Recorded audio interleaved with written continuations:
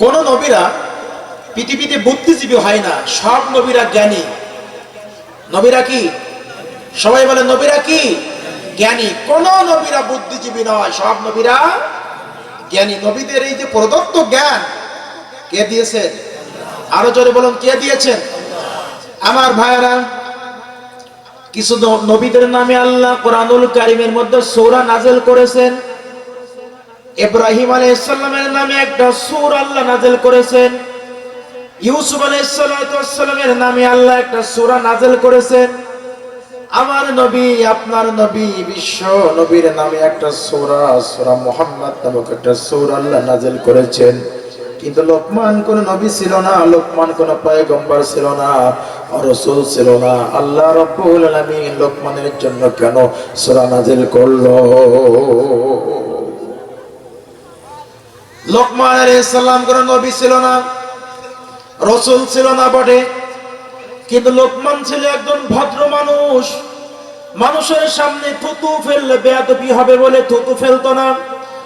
জনসমুখে প্রস্রাব করলে পরে বেয়াদবি হবে, লোকমান মানুষের সামনে পেশাব পর্যন্ত করতে বসতো না। লোকমান আলাইহিস সালামকে আল্লাহ এত জ্ঞান দিলেন, একবার তার মনিব তাকে পরীক্ষা করলেন, ও লোকমান, তুমি একটা বকরি জবাহ করো, জবাহ করার পরে বকরির সবচাইতে ভালো অংশটা আমার সামনে উপস্থাপন করো। হযরত লোকমান একটা বকরি জবাহ করলেন।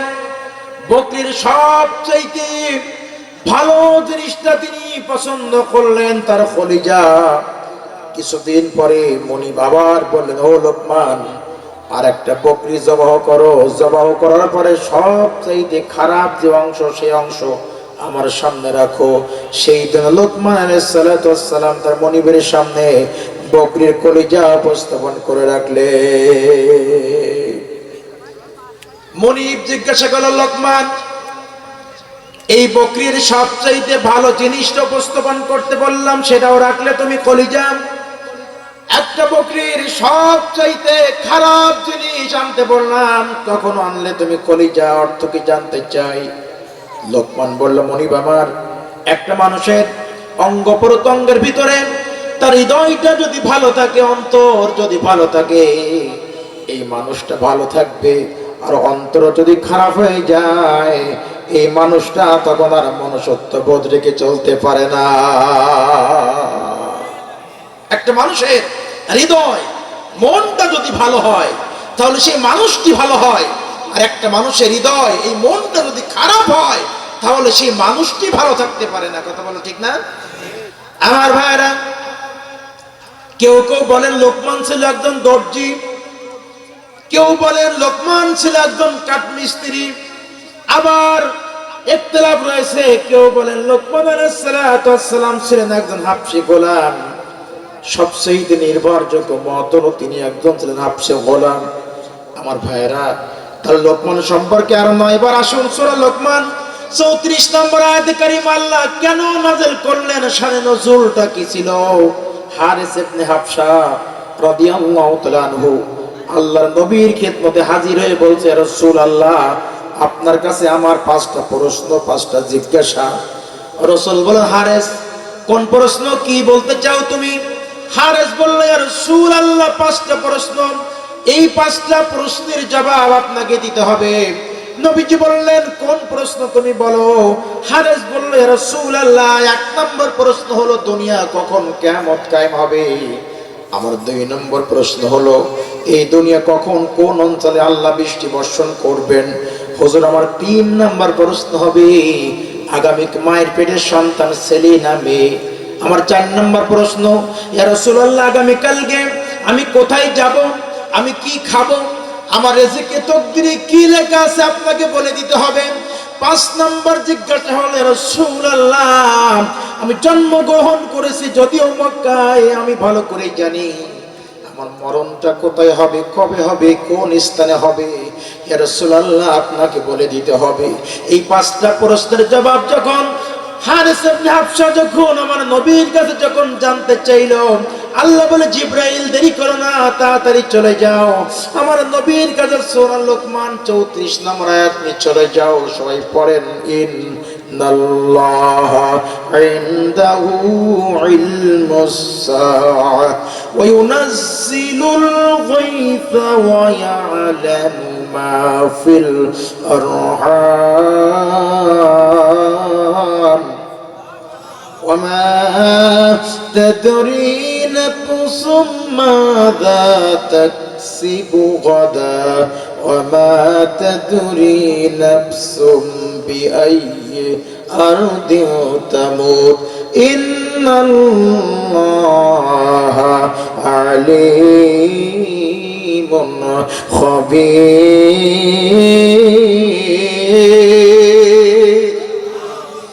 আমার আল্লাহ বলে দেন নবী হারেসকে বলে দাও এই পৃথিবীর 5টা জিনিসের জ্ঞান আমি আল্লাহ দুনিয়ার কোন নবী রাসূলকে দেইনি, কোন মানুষকে বলিনি, কাউকে বলবো না, কাউকে দেব না, একমাত্র আমি আল্লাহ পাক রব্বুল আলামিন আমার ইলমে আমি রেখে দিলাম।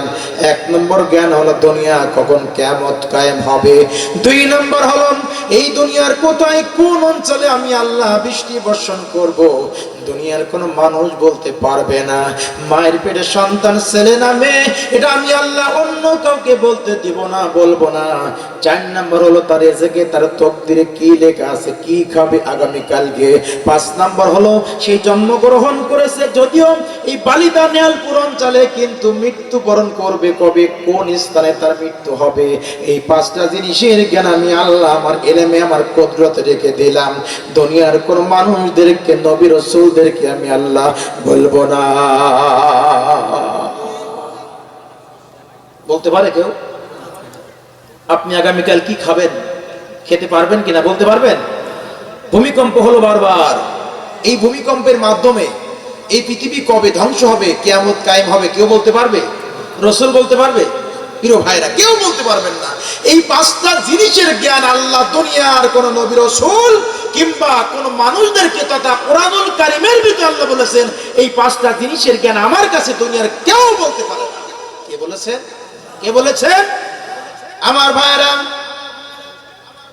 কিয়ামত কখন কায়েম হবে দুনিয়ার কেউ বলতে পারে না। অ্যাকুরেট বলতে পারেন যিনি, তিনি কে? আল্লাহ বলেন ইন্নাল্লাহা ইনদাহু ইলমুস সাআহ। কখন কিয়ামত কায়েম হবে সে সময়টা একমাত্র আমি আল্লাহ ভালো জানি। লা ওয়াক্তিহা ইল্লা লিউজাল্লিহা লিওয়াক্তিহা। কিয়ামতের সেই সময়টা আমি আল্লাহ আমার কাছে সুনির্ধারিত, সুনিয়ন্ত্রিত, তবে হবে একদিন। ঠিক কিনা? ঠিক কিনা? কোরআনের আয়াত শোনার পরে একটু আল্লাহু আকবার জবান খুলে জোরে সোরে বলা যাবে তো? কারা কারা বলতে পারবেন না হাত তুলে দেখান তো। একটু পরীক্ষা নিলাম, প্রথম পরীক্ষা, মাঝে মাঝে পরীক্ষা হবে কিন্তু ঘুম আসে না যেন। আমার ভাইরা কিয়ামত সম্পর্কে একটু পরে কিছু আলোচনা করব, কিছু আলামত। 2 নম্বর হলো ইন্নাল্লাহা ইনদাহু ইলমুস সাআহ ওয়া ইউনাজ্জিলুল গায়স। দুনিয়ার কোথায় কোন অঞ্চলে বৃষ্টি বর্ষণ করা হবে একমাত্র আল্লাহ ছাড়া অ্যাকুরেট কেউ বলতে পারে না। রাস্তার ওই পাশে বৃষ্টি কিন্তু পূর্ব পাশে বৃষ্টি হয় না। পূর্ব পাশে লোকেরা দেখে উত্তর পাশে বৃষ্টি, কথা বলেন ঠিক না বেঠিক? ওই পাশে বৃষ্টি হয় আর এই পাশের মানুষেরা দাঁড়িয়ে দাঁড়িয়ে দেখে যে আমাদের এই পাশে বৃষ্টি নাই কিন্তু রাস্তার ওই পাশে বৃষ্টি, কথা বলেন হয় না? হযরত মূসা আলাইহিস সালাতু ওয়াস সালাম তাওরাতের ভিতরে আসছেন, উনি তুরে সাইনায় যাচ্ছে আল্লাহর সঙ্গে কথা বলার জন্য। কওমের লোকেরা বলছে গো পয়গম্বর মূসা শোনো, তোমার রবকে বলে দাও ইচ্ছামতো আল্লাহ যেন জমিনে বৃষ্টি বর্ষণ না করে। বলে কেন? বলে আমাদের যখন বৃষ্টির কোনো প্রয়োজন হবে আমরা আমাদের পয়গম্বরের কাছে যাব, আর পয়গম্বর আল্লাহর কাছে ফরিয়াদ করলে বৃষ্টি দিলে আমাদের জন্য সুবিধা হবে। মূসা আলাইহিস সালাম বলছো গো আল্লাহ, আমার কওমের লোকেরা চায় তুমি যেন তোমার ইচ্ছা মাফিক জমিনের মধ্যে বৃষ্টি নাযিল না করো। ওদের যখন বৃষ্টির প্রয়োজন হবে ওরা নাকি আমার কাছে আসবে, আর আমার মাধ্যমে নাকি তোমার কাছে বৃষ্টি চাইলে তুমি বৃষ্টি দেবা, এটা ওদের দাবি। মূসা আলাইহিস সালামকে আল্লাহ পাক বলল গো মূসা, তাহলে ঠিক আছে তোমার দাবি মঞ্জুর। প্রচুর পরিমাণ ফসল উৎপাদন হলো, যেই ফসলে যেই রকম বৃষ্টি প্রয়োজন আল্লাহ পাক রব্বুল আলামিন তখন তাদের ইচ্ছা মাফিক বৃষ্টি নাযিল করে দিল, প্রচুর পরিমাণ ফসল হলো। কিন্তু এত পরিমাণ ফসল হওয়ার পরে কওমের লোকেরা যত খাচ্ছে তত তারা মারা যাচ্ছে, অসুস্থ হয়ে যাচ্ছে। প্রচুর ফসল, কিন্তু ফসল যত হচ্ছে, এই ফসলে উৎপাদিত ফসল খাওয়ার পরে ততই তারা অসুস্থ হচ্ছে বা মারা যাচ্ছে। কওমের লোকেরা ছুটে গেল, ওগো মুসা, এত পরিমাণ ফসল হলো, কিন্তু এই ফসল খাওয়ার সাথে সাথে মানুষ অসুস্থ হচ্ছে প্রচুর পরিমাণে, এবং তারা তো মারা যাচ্ছে, কি হলো? আমার ভাইরা, মুসা আলাইহিস সালাম বলছে, ওগো আল্লাহ, এই বৃষ্টির পানিতে প্রচুর পরিমাণ ফসল হলো, কিন্তু আমার কওমের লোকেরা তো খাওয়ার পরে অসুস্থ হচ্ছে, সাথে সাথে তারা মারা যাচ্ছে। আমার আল্লাহ বলে, মুসা রে, আমি আল্লাহ পাক রব্বুল আলামিনের আমার বৃষ্টি হলো দুই ধরনের। জোরে বলেন, কয় ধরনের? এক ধরনের বৃষ্টি হলো বান্দা যখন প্রচুর পরিমাণ তারা গুনাহ করে ফেলে, আমি আল্লাহ পাক রব্বুল আলামিন তাদের পরে অসন্তুষ্ট হইয়া গজবের বৃষ্টি নাযিল করে দেয়। কিন্তু আমি আল্লাহ আমার বান্দারে বড় মহব্বত করি, বড় ভালোবাসি। আমি আল্লাহ রাব্বুল আলামিন পর্যায়ক্রমে যদি গজবের বৃষ্টি নাযিল করতাম তাহলে মানুষগুলো মারা যেত। এই জন্য আমি আল্লাহ গজবের বৃষ্টির পরে আমি আমার বান্দাকে যেহেতু ভালোবাসি, আমি আল্লাহ রাব্বুল আলামিন রহমতের বৃষ্টি জমিনে নাযিল করে দেয়। কিন্তু মুসা, তোমার কওমের লোকেরা যখন আমি আল্লাহ আমার কাছে বৃষ্টি চাইছিল, তাদের ইচ্ছা মাফিক আমার প্রত্যেকটা সিরিয়ালে ছিল গজবের বৃষ্টি। এটা তাদের ইচ্ছা হলো, আমি যখন বৃষ্টি দেব এটা তারা খুশি না। তাদের ইচ্ছা মাফিক আমি আল্লাহ আমার কাছে বৃষ্টি প্রার্থনা করেছে, যখন তারা বৃষ্টি চাইছিল আমার সিরিয়ালে ছিল গজবের বৃষ্টি। এই জন্য গজবের বৃষ্টি দিয়ে ফসল উৎপাদন হওয়ার কারণে মানুষগুলো অসুস্থ হয়ে যাচ্ছে। ওগো মুসা, অসুস্থ হওয়ার পরে তারা মারা যাচ্ছে। আমার আল্লাহ বলছেন, হুয়াল্লাযী আনজালা মিনাস সামাই মাআর রাহমা। জবান করে বলুন আল্লাহু আকবার। আকাশ থেকে আল্লাহ বৃষ্টি বর্ষণ করেন। আল্লাহ বলছে বৃষ্টি আমার রহমত, বলুন সুবহানাল্লাহ। বান্দারে, আকাশ থেকে আমি আল্লাহ তোমাদের যদি বৃষ্টি নাযিল যদি না করতাম, এই জমিনে তোমরা ফসল উৎপাদন করতে পারতে না। কথা বলুন, ঠিক না বেঠিক? ফসল যদি না হতো, বৃষ্টি যদি না হতো, তাহলে মানুষ কি ফসল উৎপাদন করতে পারতো? পারতো না। তাহলে বৃষ্টি হলো দুই প্রকার, রহমতের বৃষ্টি আর হলো গজবের বৃষ্টি। সুতরাং এই যে মানুষের পানির প্রয়োজন মেটানোর জন্য রব্বুল আলামিন হাওর পাওর, নদী নালা, পুকুর, খাল, বিল ইত্যাদি পানির যে উৎসগুলো আল্লাহ আমাদের জন্য দিয়েছেন, এই পানির উৎস থেকে পানি যখন আপনার চাহিদা পূর্ণ হয় না, এই চাহিদা পূর্ণ হলো না, বিদে আল্লাহ রব্বুল আলামিন তার ইচ্ছা অনুযায়ী রহমতের বৃষ্টি দিয়ে জমিনকে তিনি ভিজান। বলুন সুবহানাল্লাহ। আমার ভাইরা, তাহলে দুই নম্বর হলো এই পৃথিবীতে কখন কোন অঞ্চলে কোন মুহূর্তে বৃষ্টি বর্ষণ করা হবে দুনিয়ার কোন মানুষ জানে না, যিনি জানেন তিনি কে? তিন নম্বর পয়েন্ট হলো ওয়ায়ালামু মা ফিল আরহাম।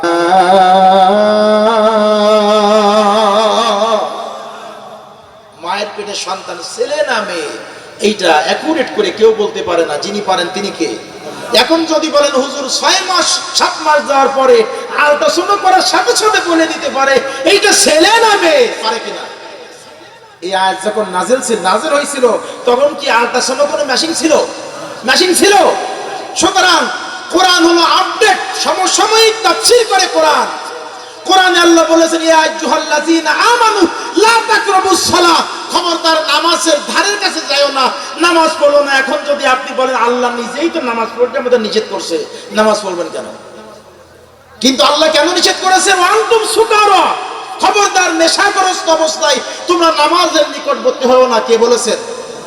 আল্লাহ তো এখানে বলেছেন তোমরা মদ পান করা অবস্থায় নামাজের নিকটবর্তী হও না। তখন তো গাঁজা ছিল না, ইয়াবা ছিল না, ফেনসিডিল ছিল না, কিন্তু গাঁজা, ইয়াবা, ফেনসিডিল সব হলো আপডেট ব্যাখ্যা এইগুলোর সাথে করে নিয়ে এইগুলা পান করার সাথে সাথে তোমরা নামাজ পড়তে যাও না, এইগুলা থেকে দূরে থাকো। কে বলেছেন? আপডেট ব্যাখ্যা। কোরআন সবসময় সমসাময়িক তাফসীর করে। আমার ভাইরা, এই আয়াত যখন নাজিল হলো তখন তো আল্ট্রাসাউন্ড করে মেশিন ছিল না।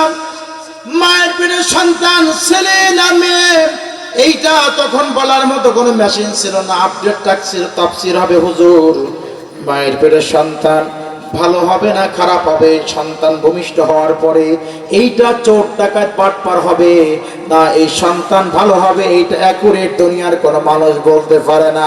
আমার আল্লাহ ছাড়া। কথা বলুন ঠিক কিনা? একই মায়ের পেটের সন্তান, কেউ হাফেজে কোরআন হয়, দিনী আলেম হয়, কেউ শিক্ষক হয়, কেউ চোর ডাকাত হয়, কেউ বাটপার হয়, একই মায়ের সন্তান। কথা বলুন ঠিক কিনা?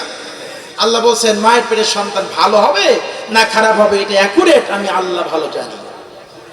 আমার ভাইরা, আমার মায়েরা কানটা খারাপ করে শোনেন, সন্তান এমনি এমনি ভালো হয় না।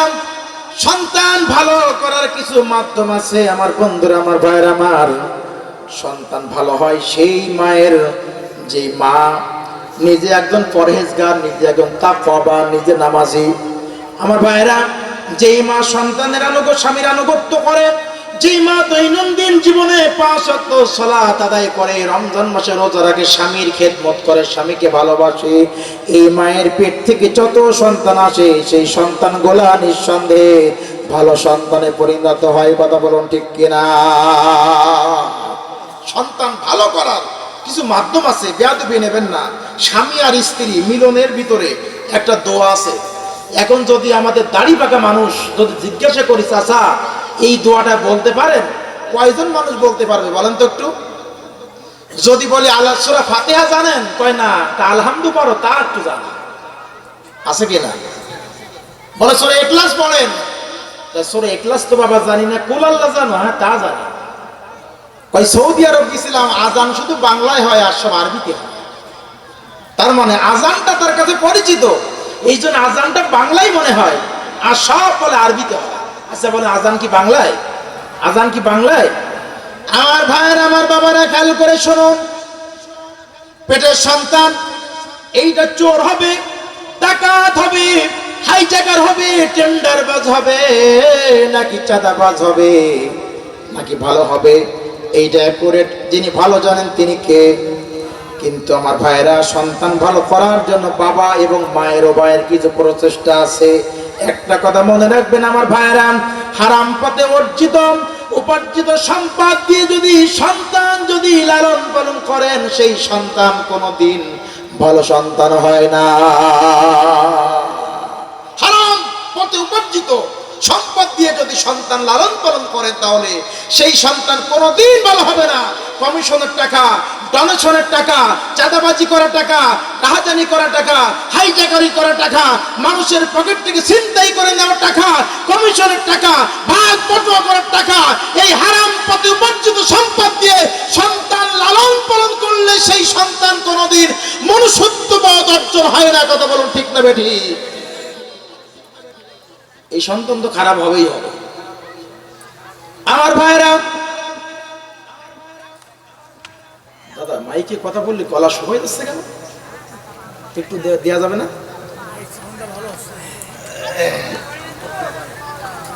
আলহামদুলিল্লাহ, কিছু লাগবে না।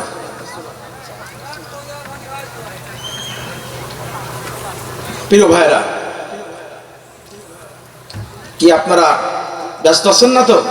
আমি 5টা পয়েন্টকে সামনে রেখে কথা বলবো ইনশাআল্লাহ। প্রিয় ভাইরা, তাহলে মায়ের পেটের সন্তান ভালো হবে না খারাপ হবে এটি অ্যাকুরেট ভালো কে জানেন? কিন্তু সন্তান ভালো করার কিছু মাধ্যম আছে, এই মাধ্যমগুলো যদি ধারণ করা না যায় তাহলে সন্তান কিন্তু ভালো হয় না। গত 3 বছর আগে বেনাপোলে বাড়ি অন্ধ হাফেজ ইমরান হুসাইন ভালো আলোচনা করে, সাতক্ষীরা দেবাড়া থেকে মাহফিল করে উনি আসতেছেন, ফাঁকা রাস্তায় ওনার একেবারে মোটরসাইকেল সহ সব ছিনতাই করে গেছে। মাজলিসুল মুফাসসিরিনের জেলা কমিটির সম্মেলনে উনি বলছেন যে আমার সঙ্গে গতবার এক ডাকাত দস্যু তারা এই ব্যবহারটা করেছে। অন্ধ মানুষ চোখে দেখে না, ওয়াজ করে, ভালো আলোচনা করে, রাতের অন্ধকারে রাস্তায় ধরে মোটরসাইকেল টাকা যা ছিল সব ছিনতাই করে 14 ভিতরে একজন নাকি বলেছে, হুজুর আল্লাহর হস্তে আমাদের জন্য একটু দোয়া করে যাবেন, বেশি দিন যেন আমাদের এই কাম না করা লাগে।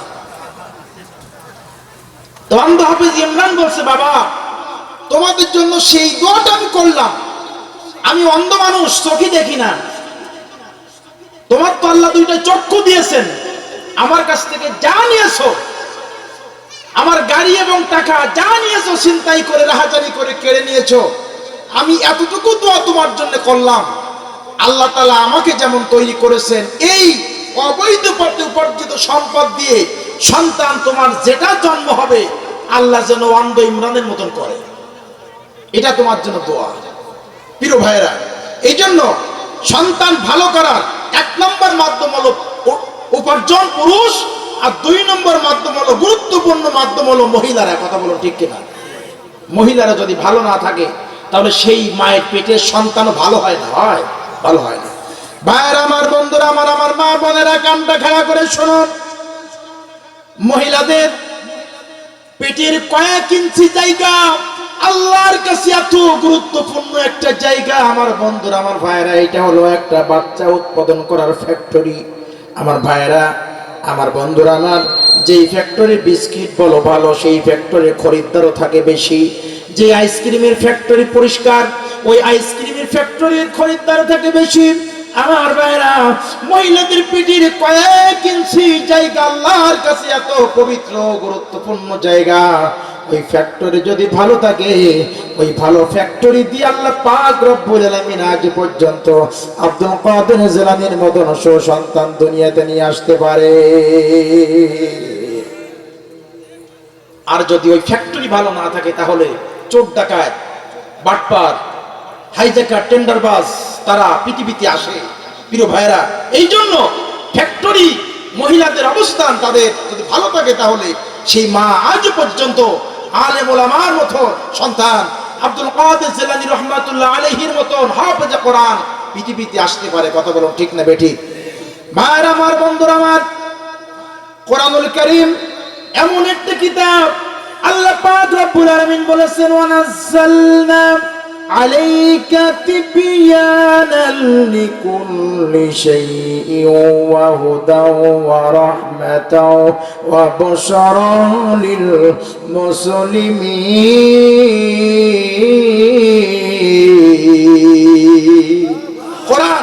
কোরআনের ভিতরে এমন কিছু নেই যেটা আমি আল্লাহ রব্বুল আলামিন বাদ রেখেছি। সব কিছু মানুষের পরিপূর্ণ জীবন ব্যবস্থা হিসাবে কোরআনুল কারীমের ভিতরে সব আমি আল্লাহ দিয়ে দিয়েছি। বলুন সুবহানাল্লাহ। আমার মা বোনেরা, এই সন্তান উৎপাদনের ক্ষেত্রে মা বোনদের এত ভূমিকা। বিশ্ব নবী সাল্লাল্লাহু আলাইহি ওয়াসাল্লাম বলেছেন যে মা তার স্বামীর আনুগত্য করবে, যে মা দৈনন্দিন জীবনে 5 ওয়াক্ত নামাজ পড়বে, এ মায়ের সন্তান কোনোদিন দুনিয়ায় খারাপ সন্তান হতে পারে না। তাহলে সন্তান ভালো কি মন্দ এইটা কিন্তু পিতামাতার পরেও নির্ভর করে। কথা বলুন ঠিক কিনা? এখন পিতামাতা যদি ভালো না হয় তাহলে সন্তান কিন্তু ভালো হয় না, আর পিতামাতা যদি ভালো হয় তাহলে সন্তান কিন্তু ভালো সন্তান আল্লাহ তাআলা তার ঔরজাত সন্তান দান করবেন। কথা বলুন ঠিক না বেঠিক? লোকমান, আপনার হযরতে সুলাইমান আলাইহিস সালামের 100 স্ত্রী ছিল। তোরে বলেন কয়শো? সন্তান দেওয়ার মালিক কে? সন্তান দেওয়ার মালিক কে? হযরত সুলাইমান আলাইহিস সালাম তিনি বাজার থেকে বাড়ি যাচ্ছেন, তিনি মনে মনে চিন্তা করলেন, আল্লাহ আমার তো 100 স্ত্রীর সংখ্যা রয়েছে, আমি আজকে বাড়িতে যাব, 100 স্ত্রীর কাছে সময় দেব, সহবাস করব। ইবনে কাসির বলে ওই রাতটা ছিল 13 থেকে 14 ঘন্টা মতো লম্বা। উনি মনে মনে চিন্তা করলো, আল্লাহ বাড়িতে যাব, 13, 14, 100 স্ত্রীর কাছে আমি আজকে সময় দেব, আমার কমপক্ষে 100 পুত্র সন্তান হবে। আমার ভাইরা আমার, আল্লাহ বলেছে ইয়াকলুকু মা ইয়াশা ইয়াহাবু লিমান ইয়াশাউ ইনাসা ওয়া ইয়াহাবু লিমান ইয়াশাউ যুকুর আও ইউযাব্বিজুহুম যুকরানা ওয়া ইনাসা ওয়া ইয়াজআলু মান ইয়াশাউ হাকীমা।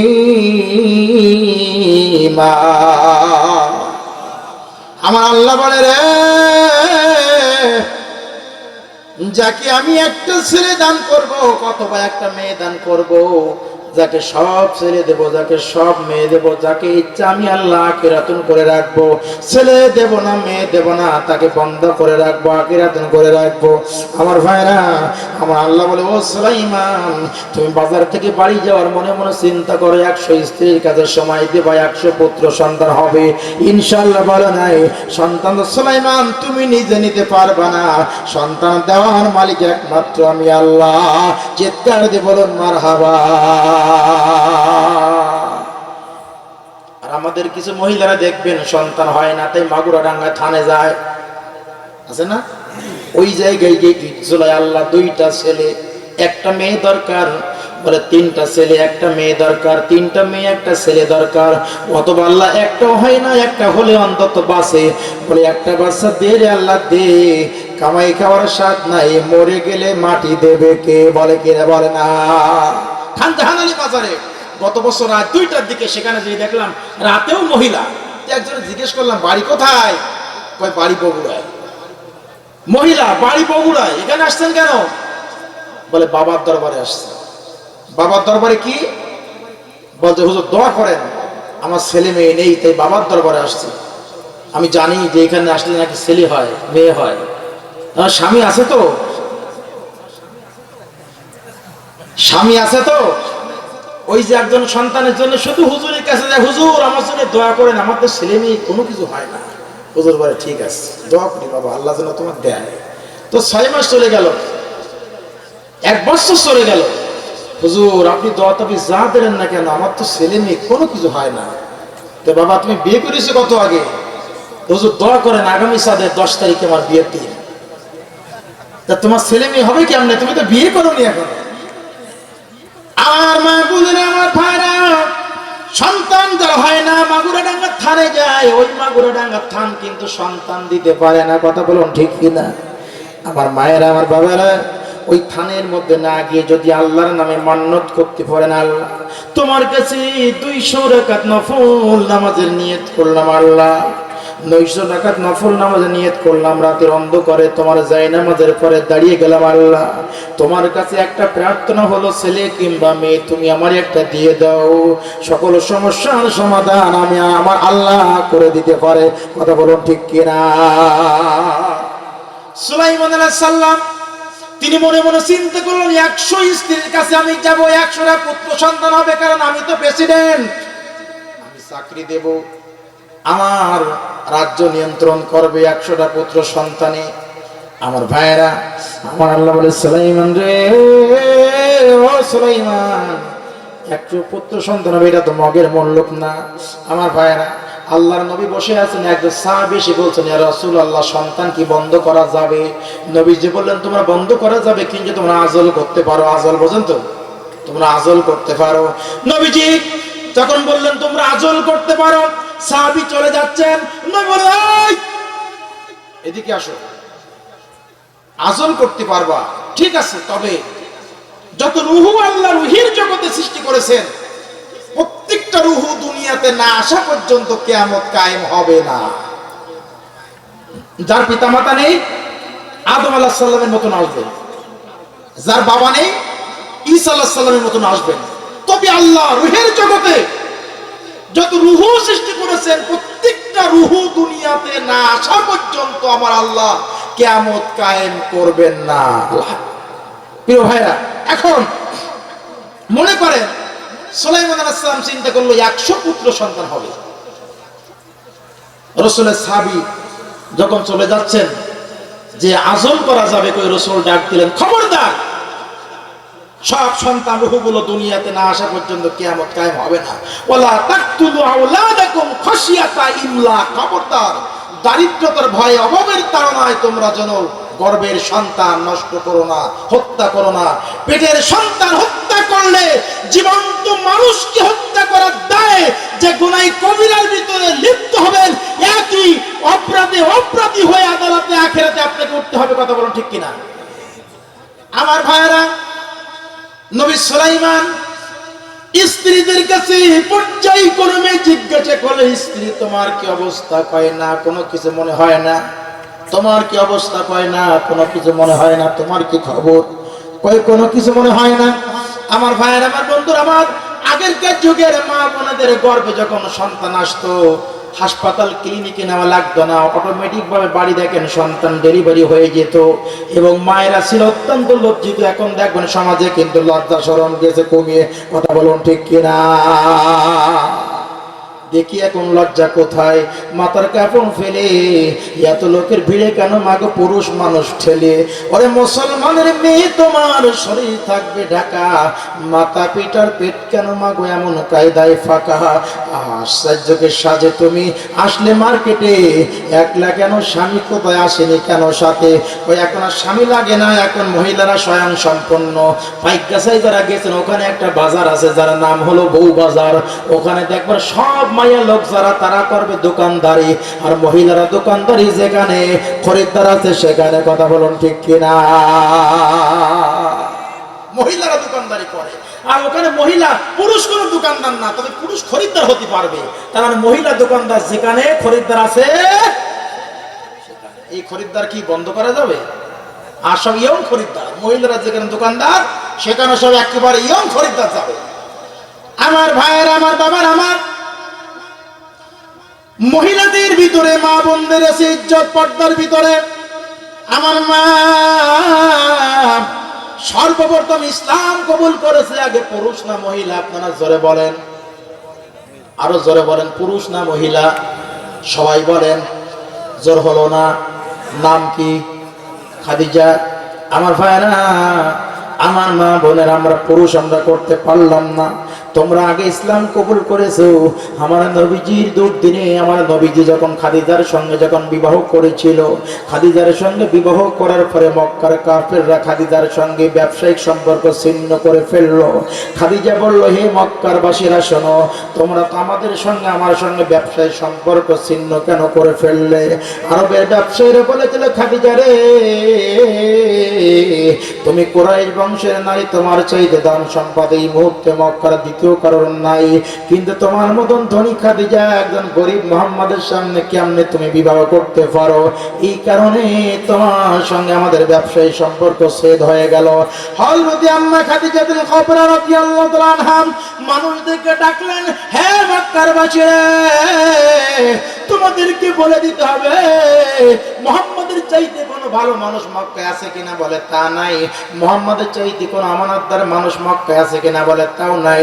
মুহাম্মাদের চাইতে কোনো গরিব মানুষ মক্কায় আছে কিনা? বলে তাও নাই। এইটা তো আমাদের কারণে, এইটা আমাদের সমস্যা। তোমার মতো খাদিজা কেন গরিব মানুষকে বিয়ে করতে পারলে? আমার ভাইরা, খাদিজা রাদিয়াল্লাহু তাআলা আনহা সেদিন বলেছিল, হে মক্কার মানুষেরা শুনে রাখো, আমার স্বামী মুহাম্মদ রাসূলুল্লাহ যদি গরিব হয়ে যায়, তাহলে আমি খাদিজা আমার জাগতিক সম্পদ বলতে যা আছে, আমার স্বামী মুহাম্মদকে আজকে নবীজির দুর্দিনে দান করে দিয়ে দিলাম। আমার ভাইরা, আমার নবীকে আগে অর্থ দিয়ে সাহায্য করেছেন মা খাদিজা। ইসলামের জন্য আগে শহীদ হয়েছেন, জীবন দিয়েছেন মা সুমাইয়া রাদিয়াল্লাহু তাআলা আনহা। ইসলামের জন্য আগে জালিম স্বামীর ঘর করেছেন ফেরাউন পত্নী আসিয়া, কিন্তু বাতিলের কাছে মাথা নত করে নাই। আর এখন দেখেন আমার ভাইরা, আমার বন্ধুরা, আমার এই জন্য ইসলাম প্রসারে পুরুষের চাইতে মা বোনদের ভূমিকা ছিল কম না বেশি? আর এখন দেখেন আধুনিকতা যুগ এলো ভাই, রাস্তাঘাটের নারী ওরা দেখলে চোখে লজ্জা লাগে, আদা পোশাকে ধারী। ইংরেজি চল চলিতেছে বাংলাদেশি ভাই, মুসলমানদের মেয়েদের কারোর গাইতে কাপড় নাই, পাতলা কাপড় পরে ওরা অঙ্গ করে বাহির, সেন লাগিয়ে হেলে ধরে দেখায় কেমন করে জাহির। ওরে সব কর্মে পাচ্ছে তারা একটা উপকার, দর্শন আর নির্যাতন পাচ্ছে দৈনন্দিন উপহার। না আমার বন্ধুরা, আমার ভাইয়ের, আমার মা বোনের, আমি বলতেছিলাম সুলাইমান আলাইহিস সালামের 100 স্ত্রীর কাছে তিনি শুনতেছেন, ও স্ত্রী, তোমার কি অবস্থা? কয় না। তোমার কি অবস্থা? কয় না। তোমার কি খবর? কয় কোনো কিছু তো মনে হয় না। আমার ভাইয়ের, আমার আল্লাহ রাব্বুল আলামিন সুলাইমান আলাইহিস সালামের 100 স্ত্রীর মধ্যে গর্ভবতী হয়েছে মাত্র একজন স্ত্রী। এইবার যখন ডেলিভারির সময় হয়ে গেল, আমার আল্লাহ বলতে ওয়ালাকাদ ফাতান্না লিসুলাইমান ওয়া আলকাইনা আলা কুরসিয়্যিহি জাসাদা থুম্মা আনা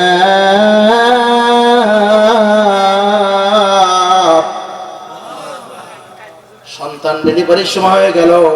আল্লাহ রাব্বুল আলামিন সুলাইমান আলাইহিস সালাম সিংহাসনের পরে হাত নেই পাও নেই, রক্তের একটা লাল টকটকে করা দলা, রক্তের দলা সিংহাসনের পরে আমার আল্লাহ ফেলে রেখেছে। সুলাইমান আলাইহিস সালাম নজর করে দেখলো, আল্লাহ কি খবর, হাত নাই পাও নাই চোখ নাই, একটা রক্তের দলা লাল টকটক করতেছে, তুমি আমার সিংহাসনের পরে কেমন সন্তান? আল্লাহ বলে, সুলাইমান তুমি বলেছিলে 100 পুত্র সন্তান হবে, একটু আমি আল্লাহ আমার কথা চিন্তা করে বলো না, ইনশাআল্লাহ মনে করে বলো নাই, তোমার ইচ্ছা ছিল 100 পুত্র সন্তান হবে, কিন্তু সন্তান দেওয়ার মালিক তো সুলাইমান তুমি না, সন্তান দেওয়ার মালিক আমি আল্লাহ। চিৎকার দিয়ে বলুন কথা ঠিক কিনা? মহিলারা নষ্ট হয় 2 জায়গায়, বাজারে আর মাজারে।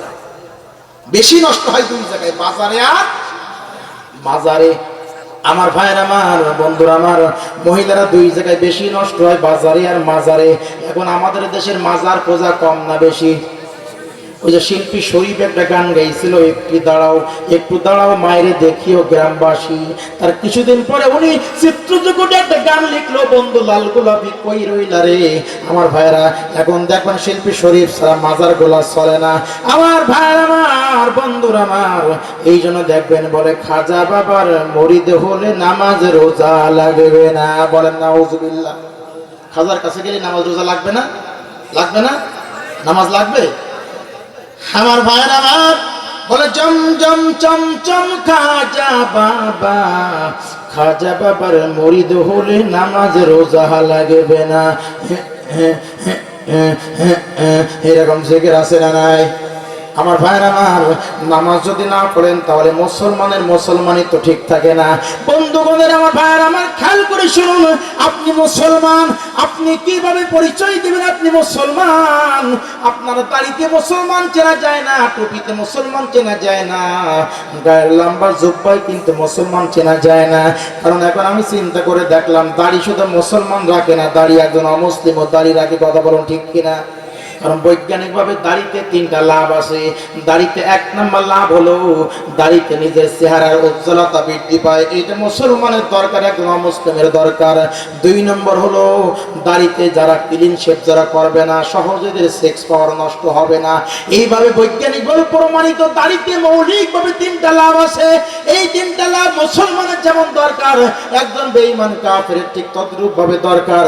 এই জন্য দাড়িতে শুধু মুসলমান চেনা যায় না। আমার ভাইরা, কবি নজরুলের মুখে কিন্তু একটাও দাড়ি ছিল না, ছিল ক্লিন শেভ। পক্ষান্তরে কবি রবীন্দ্রনাথ ঠাকুরের মুখে ছিল ঘাড় বাবরিওয়ালা চুল। কথা বলুন ঠিক কিনা? এবার কবি নজরুলের মুখে কিন্তু ছিল ঘাড় বাবরিওয়ালা চুল, ছিল না দাড়ি। এবার রবীন্দ্রনাথের মুখে কিন্তু ঘাড় বাবরিওয়ালা চুল ছিল না, মুখের মধ্যে ছিল লম্বা লম্বা দাড়ি। যেমন ছিল লম্বা দাড়ি, তেমন ছিল তার লম্বা মোষেরও বাগান। কথা বলুন ঠিক কিনা?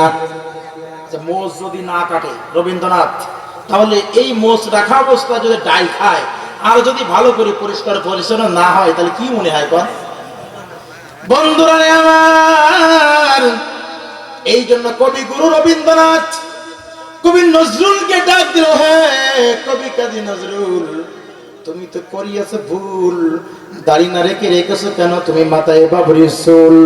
কবি নজরুল সেদিনকে জবাব দিয়েছিল, হে কবি গুরু রবীন্দ্রনাথ, মুখেতে রাখিয়া দাড়ি উল্লাস করিতেছ ভারী, বেহেস্তের করো কি আশা? আমার আল্লাহ কি তোমার বাবুই পাখি?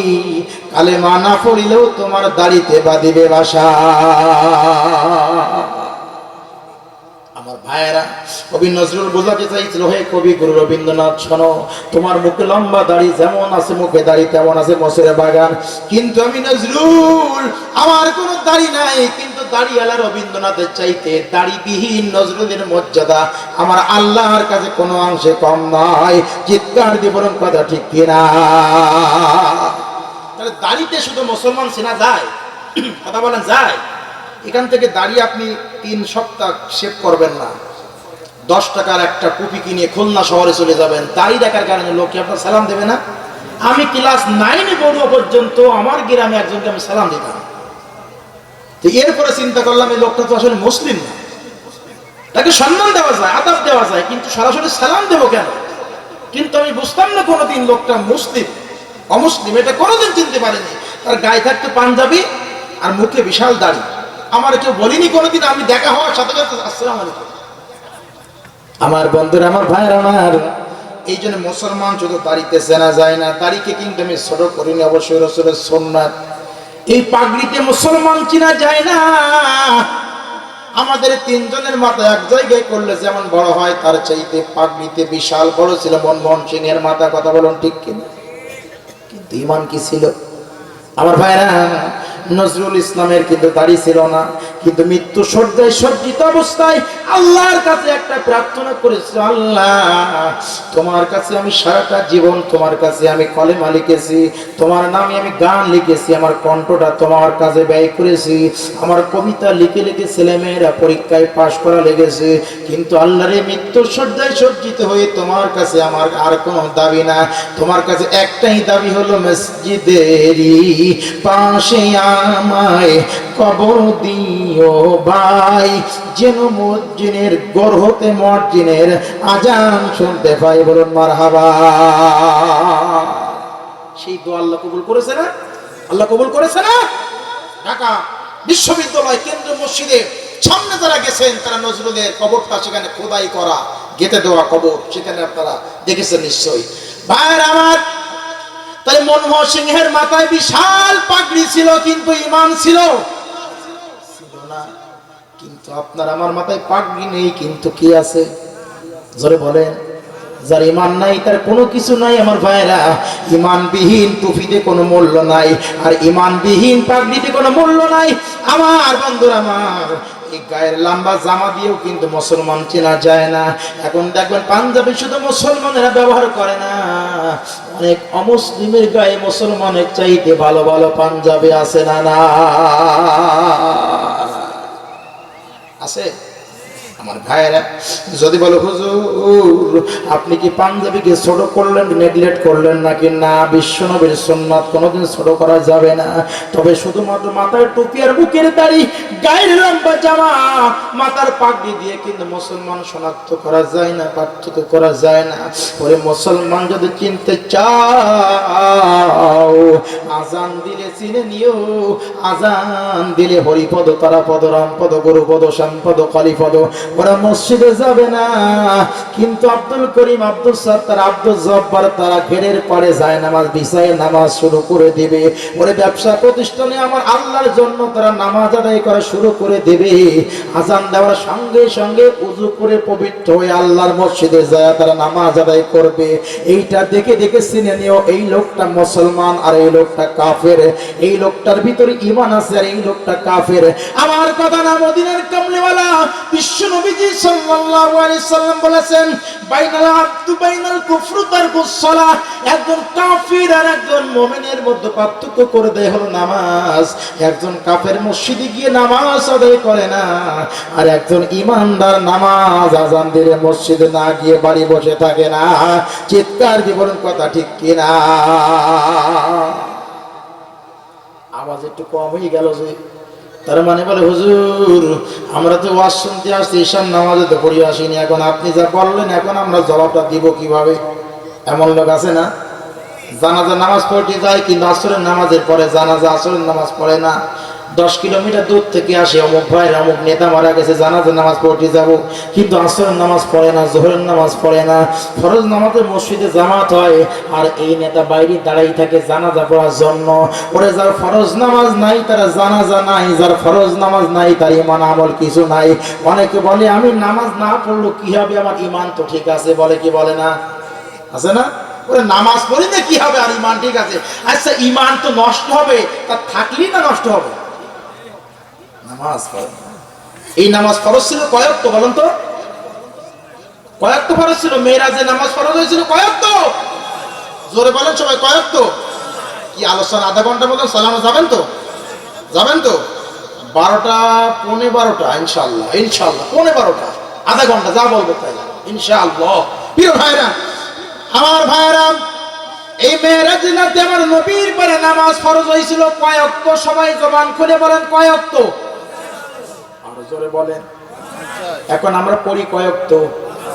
ওই 50 ওয়াক্ত নামাজ যদি আমাদের পরে থাকতো, এই 5 ওয়াক্ত নামাজের টাইম যেভাবে শিডিউল করা হয়েছে, বন্টন করা হয়েছে, ওই 50 ওয়াক্ত নামাজ যদি আজকে ফরজ থাকতো, তাহলে রাতে 25 ওয়াক্ত আর দিনের বেলায় 25 ওয়াক্ত, রাতের বেলায় ঘুম পড়তে পারতেন না, 2 ঘন্টা শোনা যেত না। এই 2 ঘন্টার ভিতর অন্তত 2 ওয়াক্ত নামাজ শেষ হয়ে যেত, তাই না? এখন নামাজ 50 ওয়াক্ত নামাজ, এইটা কমতে কমতে, আমি ওদিকে যাচ্ছি না, বলতে পার সামনে আগাতে পারবো না, তাহলে এই 50 ওয়াক্ত নামাজ কমতে কমতে কমতে 5 ওয়াক্ত নামাজ নিয়ে মুসা আলাইহিস সালাম যখন চলে আসতেছে, রাসূল যখন চলে আসতেছে, মুসা আলাইহিস সালাম বলছে, ওগো আখিরি জামানার পয়গম্বর, এখনো পর্যন্ত 5 ওয়াক্ত নামাজ, আর একবার যাও, আর একবার গেলে অন্তত আরো কিছু কম হবে। আমার আল্লাহ বললেন, হে রাসূল, ওগো মুসা, নামাজ ফরজ হয়েছে আমার উম্মতের পরে, পড়বে আমার উম্মত, তোমার এত গায়ে জ্বালা কেন? তোমার কথা এই যে 50 ওয়াক্ত নামাজ থেকে 45 ওয়াক্ত নামাজ মাইনাস হয়ে 80 আর 5 ওয়াক্ত উম্মতি মুহাম্মাদের পরে দাও। 5 ওয়াক্ত নামাজ যারা গুরুত্বের সাথে আদায় করবে, আমি আল্লাহ তাদের ইয়াদখুলুনাল জান্নাতা বিগাইরি হিসাব, হিসাব ছাড়া আমি আল্লাহ তাদের জান্নাত দিয়ে দেব। আমার ভাইরা, এই 50 ওয়াক্ত নামাজ যদি থাকতো, রাতে 25, দিনে 25 জন বিক্রি করতে পারতেন, পারতেন, রাতে ঘুমাতে পারতেন, 2 ঘন্টা ওয়াজ শুনতে পারতেন। আর আম গ্যাস, বাথরুমের যা সমস্যা, বাথরুমের ভিতরে 20 মিনিট আধা ঘন্টা ব্যয় করেছে, বুলিয়ের ভিতরে আরেক একটা নামাজ চলে যাচ্ছে, তাই না? আমার ভাইয়ের, আমার বন্ধুর, আমার এই জন্য ইমানদার আর কাফের শনাক্ত করে দেয় হলো নামাজ। আমার ভাইয়েরা, এই জন্য একজন ইমানদার নামাজ ছাড়ে না, একজন কাফের নামাজ পড়ে না। একজন যদি বলে, হুজুর আমরা তো নামাজ পড়ি না, আমাদের বেনামাজের বিরুদ্ধে নবীজি এত কঠিন কথা বলেছেন, আমার জানা ছিল না। আমার ভাইরা, কোরআন আপনাদের জন্য একটা সমাধান করেছেন, ইল্লা মা তাবা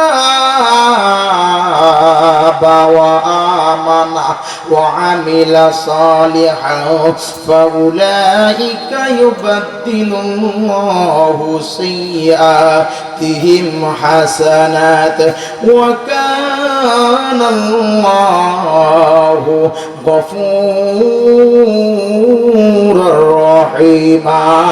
চিৎকার দিয়ে বলুন আল্লাহু আকবার। আল্লাহ পাক রব্বুল আলামিন বলে, শোন, সারাটা জীবন যদি এক ওয়াক্ত নামাজ না পড়িস, তাহলে আজকের মতো যদি জীবনের শেষবারের মতো যদি তওবা করে নিতে পারো, ইল্লা মান তাবা ওয়া আমানা, তওবা যদি করে নিতে পারো, আমি আল্লাহর পর ঈমান যদি আনয়ন করতে পারো, তাহলে তওবা করার পর ঈমান আনলে আমি আল্লাহ ফাউলাইকা ইউবাদদিলুল্লাহু সাইয়্যাতিহিম হাসানাত, বান্দা তোর জীবনের সব গুনাহ খাতাগুলো নেকি দিয়া পরিপূর্ণ করে দেব। চিৎকার দিয়ে বলুন সুবহানাল্লাহ।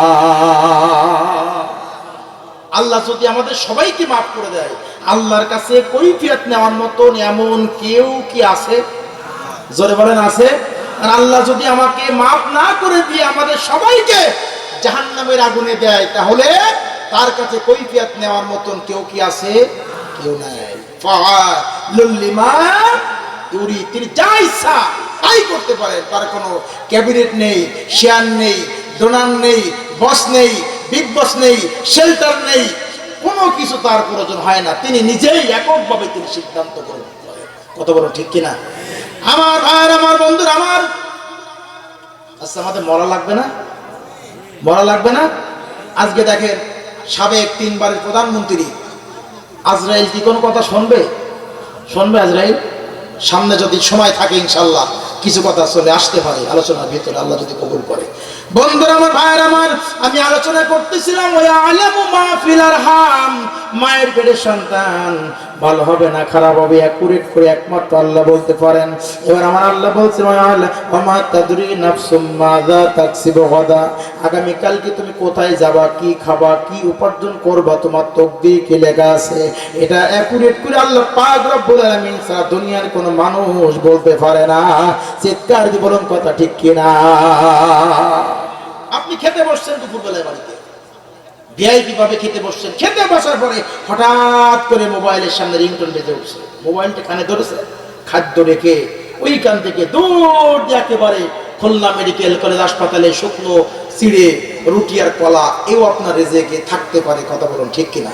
ঠিক কিনা আমার ভাইরা, আমার বন্ধুরা আমার? এই জন্য এই রেজেকের মালিক কে? আল্লাহ। ওমা মিন দাব্বাতিন ফিল আরদি ইল্লা আলাল্লাহি রিজকুহা। আল্লাহ বলতে আকাশ জমিনে যা কিছু আছে তার প্রত্যেকের রিজকের মালিক হলো আমি আল্লাহ। দলান খুলে বলুন কথা ঠিক না ঠিক? 18,000 মাখলুকাত ধরেন, এটা সঠিক না, এটা আপনাদের কাছের বোঝানোর জন্য বলা হয়েছে। তো ধরেন 18,000 মাখলুকাত, 17,999 জন মাখলুকাত কোনো জায়গায় চাকরি করে না, ব্যবসা করে না, বাণিজ্য করে না, ঘের নেই, মাছ চাষ নেই, পুকুর নেই, বালাকারা নেই, সোনাদানা কোনো কিছু নেই। 17,999 জন মাখলুকাতের আর ব্যবসা বাণিজ্য চাকরি বাকরি সব কিছু লাগে একটা মাখলুকাত, সেটা হলো মানুষ। কথা বলুন ঠিক কিনা?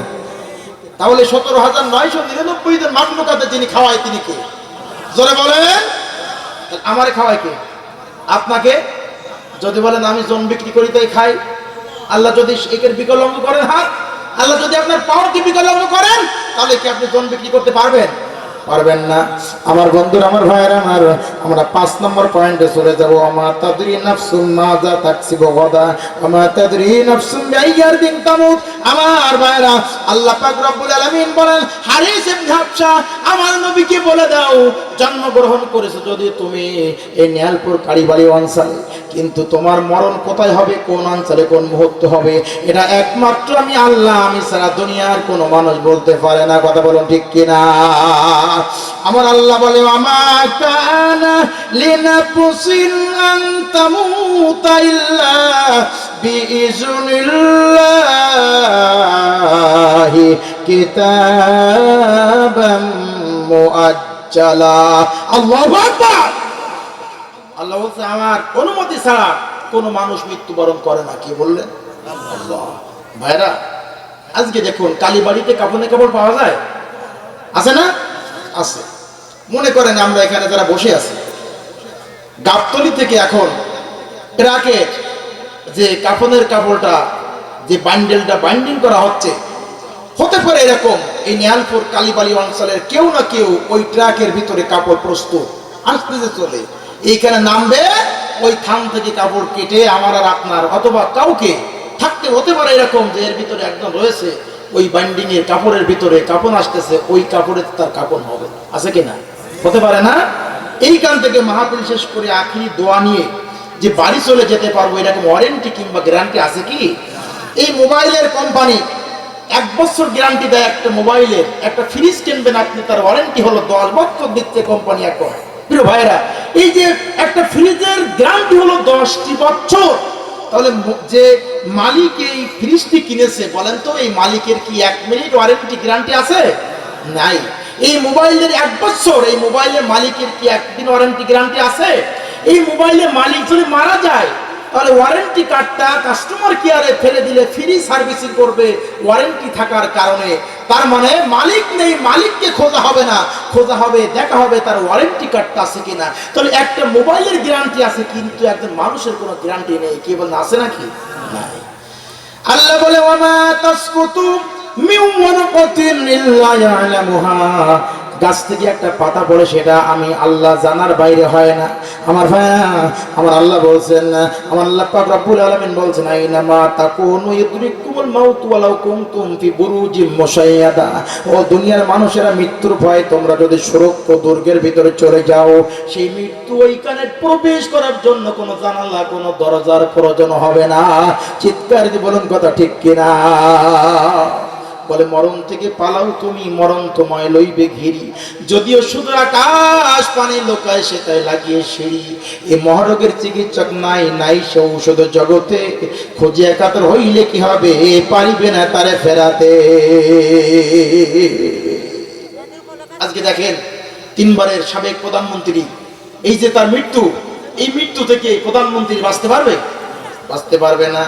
আমার ভাইরা, মালাকুল মউতের যখন সময় যখন হয়ে যাবে, কে খালেদা জিয়া আর কে মাওলানা মতিউর রহমান নিজামী, কে ডাক্তার শফিকুর রহমান, কে চরমানার পীর, কে আটটসের পীর, কি ছাড়া মার্কা কলমার, কে এলডিপির মার্কার প্রধান নেতা বলেন না কেন, কে এনসিপির নেতা, আমার ভাইয়েরা মালাকুল মউতের সময় যখন হয়ে যাবে, আমার আল্লাহ রাব্বুল আলামিন বলেন মৃত্যুর সময় যখন হবে, এই মৃত্যুর স্থান দুনিয়ার কোনো মানুষ বলতে পারে না, একমাত্র আমি আল্লাহ রাব্বুল আলামিন আমি ছাড়া। কোন বাহাদুরি চালচাতুরি কোনো কিছু চলবে না মৃত্যু নামক এই যন্ত্র থেকে। কথা বলো ঠিক না বেঠিক? মৃত্যুর খবর জানার জন্য চেষ্টা করেছিল প্রসিদ্ধ চার ইমামের অন্যতম ইমাম হযরত ইমাম মালিক রাহমাতুল্লাহ আলাইহি। মৃত্যুর খবর জানার জন্য চেষ্টা করেছিল। খেয়াল করে শুনেন আমার ভাইয়েরা, ইমাম মালিকের বাড়ি ছিল মক্কায়। উনি মনে মনে চিন্তা করল, আল্লাহ এই মক্কা থেকে হিজরত করে যদি একটু মদিনায় যেতে পারি। ইমাম মালিকের উদ্দেশ্য হলো একটা, উদ্দেশ্য হলো আল্লাহ সারাটা জীবন থাকলাম মক্কায়, এখন বিশ্ব নবীজি যেই মদিনা মুনওয়ারায় ঘুমিয়ে আছেন, বিশ্ব নবীজির মদিনায় যদি একটু ঘুমিয়ে থাকতে পারতাম তাহলে আমি সার্থক হয়ে যেতাম। ইমাম মালিক রাহমাতুল্লাহ আলাইহি মক্কা থেকে রওনা হয়ে চলে গেল মদিনায়। উদ্দেশ্য হবে একটা, নবীজির মদিনায় একটু কবরস্থ হয়ে থাকতে পারতাম। ভাইয়ার আমার, হজের সময় চলে আসলো। এখন ইমাম মালিক রাহমাতুল্লাহ আলাইহি মনে মনে চিন্তা করলো, আল্লাহ জীবনে হজ তো মক্কায় অনেকবার করার সুযোগ হয়েছে, কিন্তু এখন হজের মৌসুমে মদিনা থেকে মানুষগুলো আবার কাবা তাওয়াফ করার জন্য চলে যাচ্ছে মক্কায়। আল্লাহ রে, জীবনে যদি সুযোগ পেতাম তাহলে আর একটা বার হজ করতে চেষ্টা করতাম, কিন্তু যদি আমি মদিনা থেকে যদি মক্কায় চলে যাই, মক্কায় যদি আমার মৌত হয়ে যায়, মৃত্যু হয়ে যায়, তাহলে আমার রওজা তো বিশ্ব নবীজির মদিনা হবে না। তবে আল্লাহ হায়াত যদি তোমার কাছ থেকে আমি জানতে পারতাম, আমি ইমাম মালিক আমার হায়াত কতদিন আছে, যদি হায়াত থাকতো তাহলে আমি হজ করতে যেতাম, আর হায়াত যদি না থাকে আমি আর হজ করতাম না। কিন্তু মক্কায় যদি মৃত্যু হয়, নবীজির রওজার পাশে আমার তো কবর হবে না। নেকির কাজ, পরহেজগার লোক যারা নেকির কাজ দেখলে কিন্তু ইমানদারেরা লোভ সামলাতে পারে না। কথা বলেন ঠিক না? হযরত আলী রাদিয়াল্লাহু তাআলা আনহু একদিন রাসূলকে বলতেন, ইয়া রাসূলুল্লাহ এই নামাজ পড়বো কেন? রাসূল বললেন, জান্নাতের জন্য। নেক আমল করব কেন? জান্নাতের জন্য। আলী বলছে, ইয়া রাসূলুল্লাহ আপনি না বলেছেন আশারা মুবাশশারা 10 জন, আবু বকর ফিল জান্নাতি, ওমর ফিল জান্নাতি, আলী ফিল জান্নাতি। আমি আলী, আমি তো জান্নাতি আপনি বলেছেন। তাহলে যদি আমি আলী নামাজ না পড়ি আমি জান্নাতে যেতে পারবো না? রাসূল বলেন, অবশ্যই। তাহলে আগামীকাল আমি ফজরের নামাজে আসবো না। রাসূল বলছে, আলী ঠিক আছে, যদি তুমি না আসো তাহলে তোমাকে রুখসত দেওয়া হবে। হযরতে আলী মসজিদে বেলাল যখন দিয়েছে, আজান দেওয়ার পরে হযরত আলী নিজেকে নিয়ন্ত্রণ করতে পারে নাই। আমার ভাইয়ের আলী রাদিয়াল্লাহু তাআলা আনহু নিজেকে নিয়ন্ত্রণ করতে পারে নাই। ঘুম থেকে উঠেছেন, ওযু করেছেন, বিশ্ব নবীর পিছনে মসজিদ নববীতে আলী রাদিয়াল্লাহু তাআলা আনহু ফজরের 2 রাকাত নামাজ আদায় করেছে। সালাম ফেরানোর পরে রাসূল বলছে, আলী তুমি না বলছিলে আর নামাজ পড়তে আসবা না? আলী বলছে, রাসূলুল্লাহ বেলাল যখন মসজিদে নববীতে আজান দিয়ে দিয়েছে, আমি আলী আমার চোখে আর ঘুম আসে না। আর আমাদের ভিতরে অনেক আছে এই শীতের রাতে একবারে ফজরের আজান দিলে ঘুম যেন চোখে আরো একেবারে আটিয়ে আসে, আসে না? ঘুম চোখে এটে আসে। আমার ভাইয়ের, আমার বন্ধুরা, আমার একটু খেয়াল করে শুনুন। ইমাম মালিক রাহমাতুল্লাহ আলাইহি তিনি মনে মনে চিন্তা করলো, আল্লাহ যদি হজ আরেকবার করতাম তাহলে জীবনে বড় সার্থক হয়ে যেতে পারতাম, নিজেকে ধন্য মনে করতাম। কিন্তু হায়াত আছে কিনা, হায়াত জানার মাধ্যম কি আল্লাহ? তোমার কাছে আমি হায়াত জানতে চাই, কতদিন হায়াত আছে। বন্ধুরা আমার, ভাইয়ের আমার, ইশার নামাজ পড়ে হযরত ইমাম মালিক রাহমাতুল্লাহ আলাইহি যখন তিনি ঘুমাতেন, তাফসীরের হাদিস শরীফের ভিতরে পাওয়া যায়, ইমাম মালিকের জীবনী পড়তে আমি দেখলাম, ইমাম মালিক রাহমাতুল্লাহ আলাইহি আমার নবীকে কয়েকবার পর্যন্ত তিনি স্বপ্ন দেখেছেন। চিৎকার দিয়ে বলুন সুবহানাল্লাহ। রাসূলকে স্বপ্ন দেখেছেন ইমাম মালিক রাহিমাহুল্লাহ। ঘুমের ভিতরে ইমাম মালিক নবীজির সামনে হাতের 5টা আঙ্গুল এইভাবে দেখাই দিল, বলুন সুবহানাল্লাহ। ইমাম মালিকের ঘুম ভেঙে গেল। তিনি মনে মনে চিন্তা করতেছে, মনটা বড় খারাপ, মনটা বড় মলিন হয়ে গেল। আমি আল্লাহর কাছে জানতে চাইতে হায়াত কতদিন আছে, কিন্তু বিশ্ব নবীজি ঘুমের ভিতরে আমাকে হাতের 5টা আঙ্গুল কেন দেখাই দিল? আমার ভাইয়েরা, ইমাম মালিকের একজন গোলাম ছিল, বলছে মনি বাবার মনটা বড় খারাপ। মনটা খারাপের কারণ কি? বলছে গোলাম, আমি আল্লাহর কাছে জানতে চাইছিলাম হায়াত আমার কতদিন আছে, যদি হায়াত থাকি আমি মক্কায় যাব হজ পালন করার জন্য, নচেত মক্কায় আমি যাব না। কিন্তু নবীজি আমাকে ঘুমের ভিতরে 5টা আঙ্গুল কেন দেখাই দিল? আমার ভাইয়েরা, আমার বন্ধুরা, আমার গোলাম বলে মনিব আমার, আল্লামা ইবনে শিরিন রাহমাতুল্লাহ আলাইহির কাছে যদি স্বপ্নের ব্যাখ্যা চাওয়া যায় তাহলে স্বপ্নের সঠিক ব্যাখ্যা পাওয়া যাবে। কিন্তু ইমাম মালিক বলে গোলাম আমার, স্বপ্ন কে দেখেছে এই কথাটা উজ্জ্বলকে একটু জিজ্ঞাসা করবা যে এই 5টা আঙ্গুলের অর্থ কি?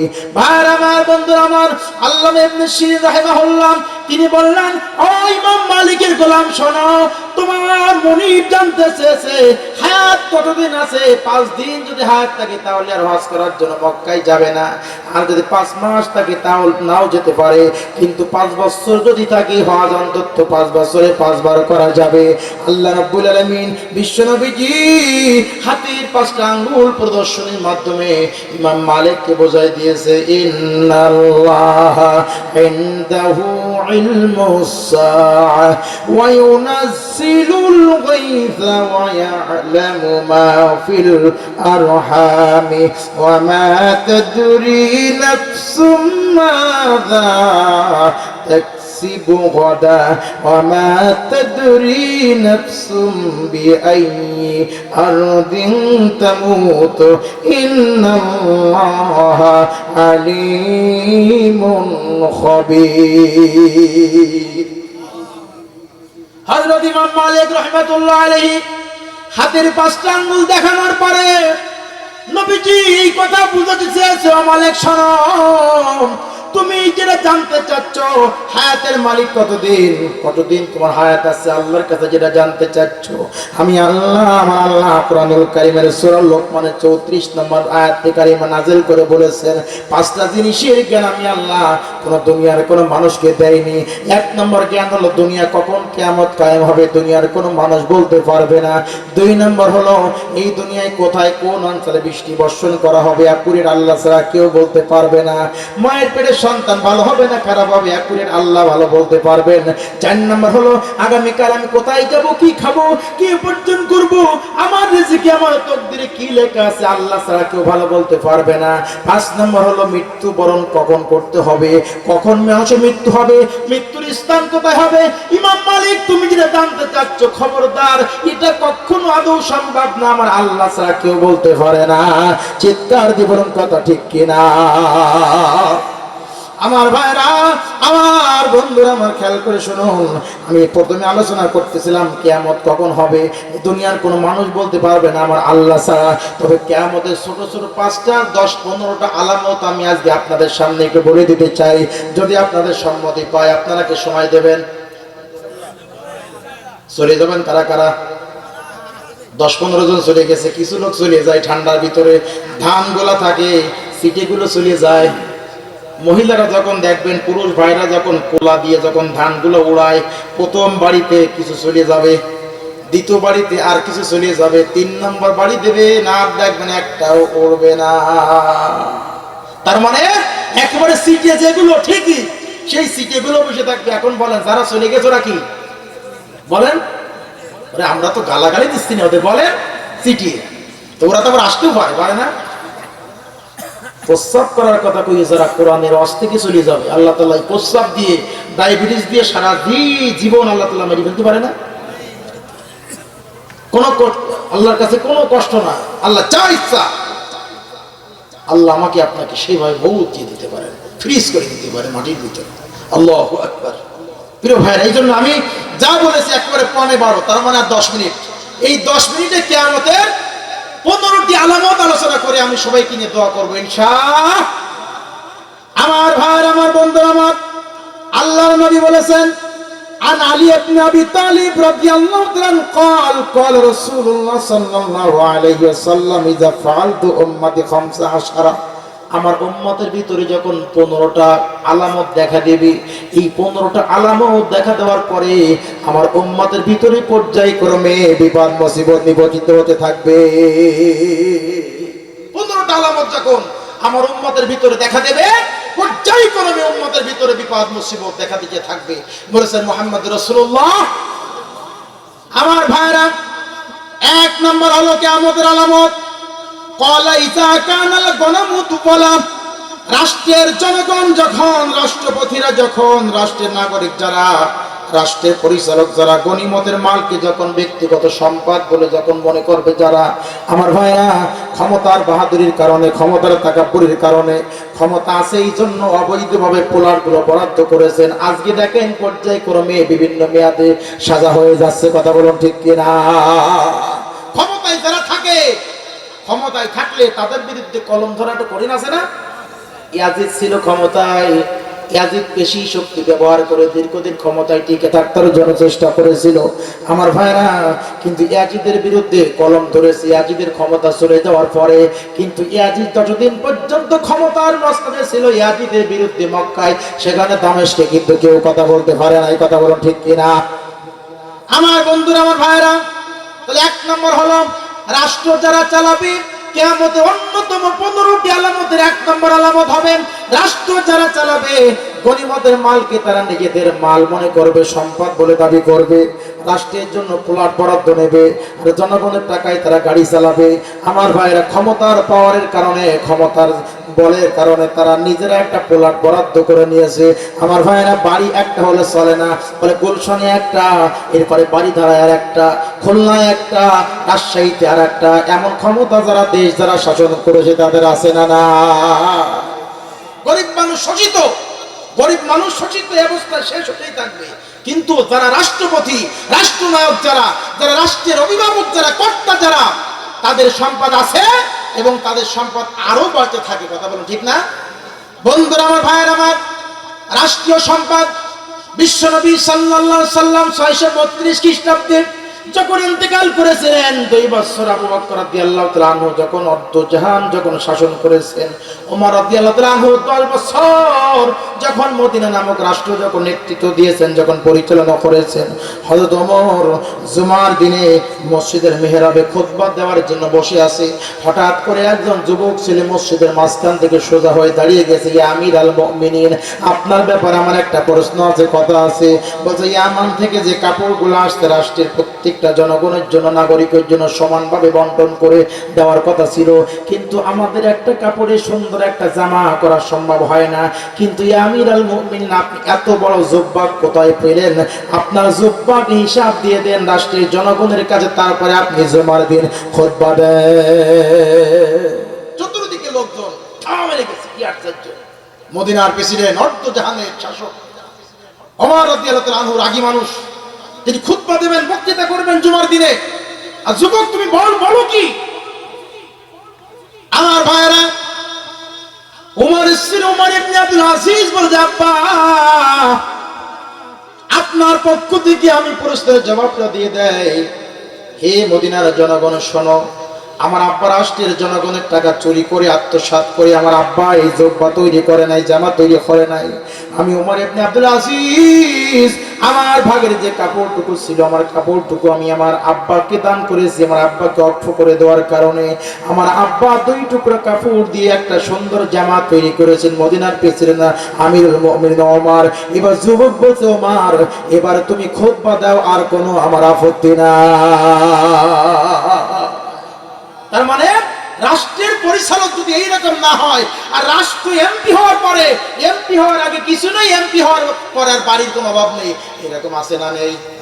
আমার ভাইরা, আজকে দেখেন সম্পদ নিয়ে যাওয়ার সময় পাইনি, সম্পদ যেখানে যেভাবে আছে সেখানে সেইভাবে আগস্টের 5 তারিখে তারা সেখান থেকে পালিয়ে গেছে। কথা বলুন ঠিক কিনা? সম্পদ রেখেছিল নিয়ে যাবে, কিন্তু সম্পদ নিয়ে যাওয়ার সময় পাইনি। 300 এমপি পার্লামেন্ট সদস্য একই যোগে একই সাথে এরকম পালিয়ে যায়। বাংলাদেশ সারা বিশ্বের ইতিহাসে, বিশ্বের বিভিন্ন দেশের সরকার স্বৈরাচারের পতন হয়েছে, কিন্তু 300 এমপি নিয়ে একসঙ্গে, এটা বাংলাদেশের নজির। কথা বলুন ঠিক নেবে ঠিক? আমার ভাইরা আমার, বন্ধুরা আমার, এই জন্য কিয়ামতের 2 নম্বর আলামত হল আমানাত মাগনামা। আমানাত পরিণত হবে লুটের সম্পদ, মাল রূপে। তার মানে আমানাত খেয়ানাত করা হবে। এখন চিন্তা করে, রাষ্ট্র যারা পরিচালনা করে, একজন এমপি, একজন মন্ত্রী, একজন প্রাইম মিনিস্টার, রাষ্ট্রের জনগণের আমানাত যদি নষ্ট করে, যদি বাংলাদেশের বিবেচনায় আসেন তাহলে 16 কোটি মানুষের আমানাত নষ্ট করেছে। যদি ভারতের বিবেচনায় আসেন তাহলে কোটি কোটি লোকের আমানাত নষ্ট করেছে। যদি সারা বিশ্বের বিবেচনায় আসেন তাহলে 750 থেকে 800 কোটি মানুষের আমানাত নষ্ট করে যারা রাষ্ট্রের চালায়। এরা যদি সৎ না হয়, কথা বলুন ঠিক কিনা? আমানত ভাইজানেরা আমার, এই আমানতের বিভিন্ন ব্যাখ্যা দেওয়া যায়।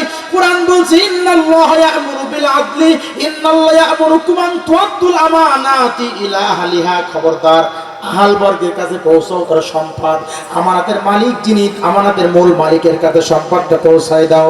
আমার ভাইরা আমার, আপনি যদি চেয়ারে বসেন তাহলে সন্তান, আপনি যদি চেয়ারে বসেন এই মুহূর্তে, আপনারা আমার কাছে আমানত।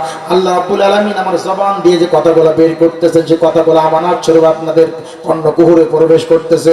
আমার ভাইরা আমার, বন্ধুরা আমার, সন্তানের সাথে যদি বিবেচনা করেন, বাবা হিসাবে সন্তান হলো আপনার জন্য আমানত। কথা বলুন ঠিক কিনা? বাবার কাছে বড় আমানত হলো সন্তান। সন্তানের নাম কেমন রাখবেন আমার ভাইরা? এখন দেখবেন মেয়েদের নাম হলো 3টা। বলে বাড়িতে ডাকে রিঙ্কি, বন্ধুরা ডাকে পিঙ্কি, স্কুলে ডাকে সুমকি। আছে না নাই? আমার ভাইরা আমার, বন্ধুরা আমার, হযরত ওমর রাদিয়াল্লাহু তাআলা আনহু বসে আছেন। হঠাৎ করে একজন বাবা আর একটা সন্তান, বাবা বেটা দুইজন ওমরের কাছে আসতেছে। সন্তান বলে, ইয়া আমিরুল মুমিনিন, আমি আগে কথা বলবো। আর ছেলের বাবা বলছে, ইয়া আমিরুল মুমিনিন, আমি আগে কথা বলবো। আমার ভাইরা, ওমর বলতেছে, হে যুবক, তোমার আব্বাকে আগে কথা বলতে দাও। কিন্তু যুবক বলতেছে, আমি ইয়া আমিরুল মুমিনিন, আপনার কাছে আমি আগে কথা বলতে চাই। এবার যুবক ছেলেটা বলছে, ইয়া আমিরুল মুমিনিন, আপনি বলেন, পিতার মাতার পরে সন্তানের উপরে কোনো দায়িত্ব আছে কিনা, নাকি সব দায়িত্ব সন্তানের পরে?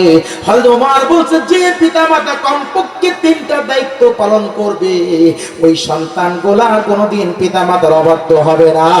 চিৎকার দিয়ে বলুন সুবহানাল্লাহ। আমরা মনে করি আমাদের ছেলে মেয়েরা মনে হয় সব পিতা মাতার দায়িত্ব পালন করবে। ওমর বলতেছেন, যে পিতা মাতা 3টা দায়িত্ব আগে পালন করবে, ওই বাবা মার সন্তান সব দায়িত্ব নেবে। সুবহানাল্লাহ বলে। একটু বলে দেবো 3টার কথা। আমার ভাইরা, একেবারে সংক্ষিপ্ত ভাবে বলবো। 1 নম্বর হলো ইয়াস্তানজিবা উম্মাহু। ভালো একটা মা যদি আপনি দিতে পারেন, আমার ভাইরা, আগে আমার চাচারা যারা ছিল, বাবারা যারা ছিল, মেয়ে দেখার সময় বলতো, সূরা ফাতিহা পড়তে পারো কিনা বলো, নামাজের দুরূদ ইব্রাহিম পড়তে পারো কিনা বলো, সূরা ফাতিহা পড়তে পারো কিনা বলো, আয়াতুল কুরসি পড়তে পারো কিনা বলো, কুরআনুল কারীম, হে আমার মেয়ে, আল্লাহর কোরআন দেখে দেখে পড়তে পারো কিনা বলো। আর এখন দেখবেন আমার যুবকেরা কিন্তু মেয়ে যখন দেখতে যায়, এইগুলা কিন্তু জিজ্ঞাসা করে না। এখন বলে, সালমান খানের গান পারো কিনা, আগে 2 কলি কও। বলে কি বলে না? আর এখন অনেক যুবকদের দেখবেন, মেয়ে তো দেখা লাগে না, মেয়ে বাবা মা দেখে বিবাহ দেবে তার আগেই ওই যুবক বাড়িতে একটা নিয়ে চলে আসে। কথা বলেন ঠিক কিনা? বলে বিয়ের আগে ভালোবাসা মস্ত বড় গুনাহ। অধিকাংশ ছেলে মেয়েদের নাইকো তাহা জানা। ভালোবাসায় লেখাপড়া হয় যে সর্বনাশ, ভালোবাসায় পর্দা নষ্ট, নষ্ট টাকা করি, বলে অযথা সময় নষ্ট, শেষে গলায় দড়ি।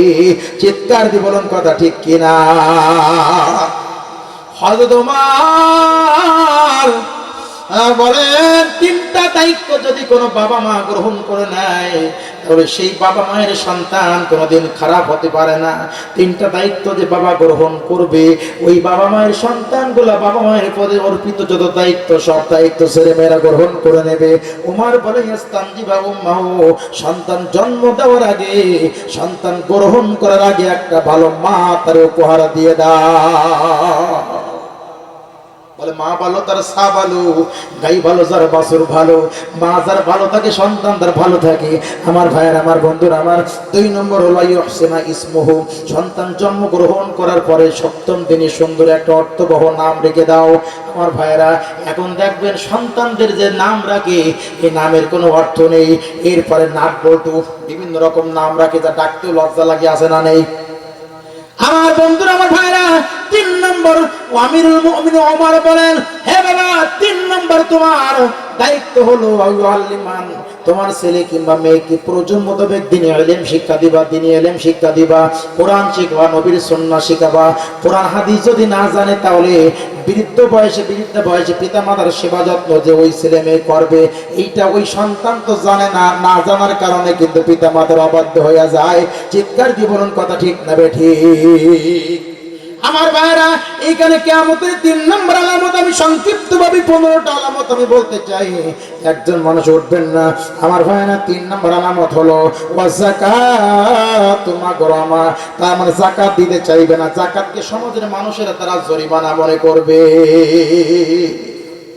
যাকাত দেবে না। যাকাত কি দেয় লোকে এখন বেশি? যদি আপনার পরে যাকাত খরচ থাকে শতকরা কয় টাকা বলেন? শতকরা 2.5 টাকা। হাজারে কয় টাকা? হ্যাঁ, শতকরা যদি 2.5 টাকা হয়, হাজারে হয় 25 টাকা, লাখে হয় 2.5 টাকা। বার্ষিক 1 বছরে যদি আপনার সম্পদ থাকে তাহলে লাখে 2.5 টাকা আপনাকে যাকাত দিতে হবে।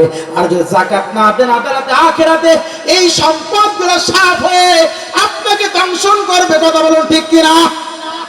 এখন যদি আপনি বৈধ মালে যাকাত না দেন, এইগুলা যদি সাপ হয়ে দংশন করে, তাহলে এইবার যদি অন্যের সম্পদ যদি মারি কেটে খান তাহলে কি হবে চিন্তা করে দেখেন। তাহলে যাকাতকে রাষ্ট্রের জনগণ যাকাতকে জরিমানা মনে করবে, যাকাত দিতে চাইবে না। আমার ভাইয়েরা, 4 নম্বর আলামত হলো ওয়াতুআর রাজুলু যাওজাতিহি, দুনিয়ার পুরুষগুলা স্ত্রীদের কথায় উঠা বসা করবে, স্ত্রীর কথা ছাড়া কোনো কিছু করা যাবে না। দুনিয়ার পুরুষগুলা স্ত্রীদের কাছে আনুগত্যশীল হয়ে যাবে, বউয়ের কাছে না শুনে কোনো কিছু করা যাবে না। বলে গর্ভে ধারণী মাকে যদি একটা শাড়ি কাপড় দেওয়া লাগে, আগে নিজের স্ত্রীর কাছে অনুমতি না নিয়ে মাকে শাড়ি দেওয়া যায় না। আছে না এরকম স্ত্রী? তার মানে দেখবেন শহর এলাকায় যে দেখবেন স্ত্রীর কাছে টাকা থাকে, আর পিছনে যেটা থাকে স্ত্রী যায় আগে আগে বাজার করতে, তার কাছে থাকে টাকা। এরপরে স্বামীটা দেখেন পিছন দিয়ে যায়, ওর কাছে থাকে একটা প্যাকেটে। তার মানে দেখলে মনে হয় ওই স্ত্রী হলো সভাপতি আর স্বামী হলো সেক্রেটারি। মহিলারা রাজমিস্ত্রি আর পুরুষ হয়ে গিয়ে সব জোগাড়ি, সব রাজমিস্ত্রি মহিলারা, আর আমরা যারা পুরুষ আমরা সব জোগাড়ির কাতারে চলে দিছি। ভাইয়ের আমার, বন্ধুরা আমার, দুনিয়ার পুরুষগুলো স্ত্রীদের কথায় ওঠা বসা করবে। গর্ভে ধারণী মাকে একটা কাপড় কিনে দিতে সাহস পাবে না স্ত্রীর কথা মতো অনুমতি না নিয়ে। কিন্তু আমার মায়েরা খেয়াল করে শুনুন, যার সাথে আপনি ঘর করেন, যে আপনার স্বামী, আজকে যাকে নিয়ে আপনি গর্ব করেন, অনেক কিছু আশা আকাঙ্ক্ষা খান, এই আপনার স্বামীকে লালন পালন যিনি করেছেন সেই হলো আপনার শাশুড়ি আম্মা। আর শাশুড়ি আম্মাকে একটা কাপড় কিনে দেওয়ার কারণে আপনার কাছ থেকে অনুমতি নিতে হবে, এইটা কোনোদিন হতে পারে না। বরং এই দায়িত্ব হলো একজন বৌমার পরে। কথা বলুন ঠিক কিনা? কিছু কিছু আছে কিন্তু পরিমাণ একেবারে কম, ঠিক না? আমার ভাইরা, একেবারে সংক্ষিপ্ত ভাবে বলতে চাই। এইবার তারপরে হলো ওয়াকুলুল্লাহ, মায়ের আবদ্ধ হবে ছেলেগুলা। আল্লাহ নবী বলেন, পিতা মাতাকে তারা দূরে ঠেলে দেবে। এমন একটা জামানা আসবে কিয়ামতের আলামত, পিতা মাতাকে দূরে ঠেলে দেবে, বন্ধু বান্ধবকে সবচাইতে তারা কাছের আপন মনে করে নিবে। আমি একটু আপনাদের স্মরণ করিয়ে দিলাম, আপনাদের চক্ষু আছে, চতুর্দিকে একটু নজর করে তাকাই দেখেন, বিবেক আছে, মনুষ্যত্ববোধ আছে, চিন্তা করে দেখেন।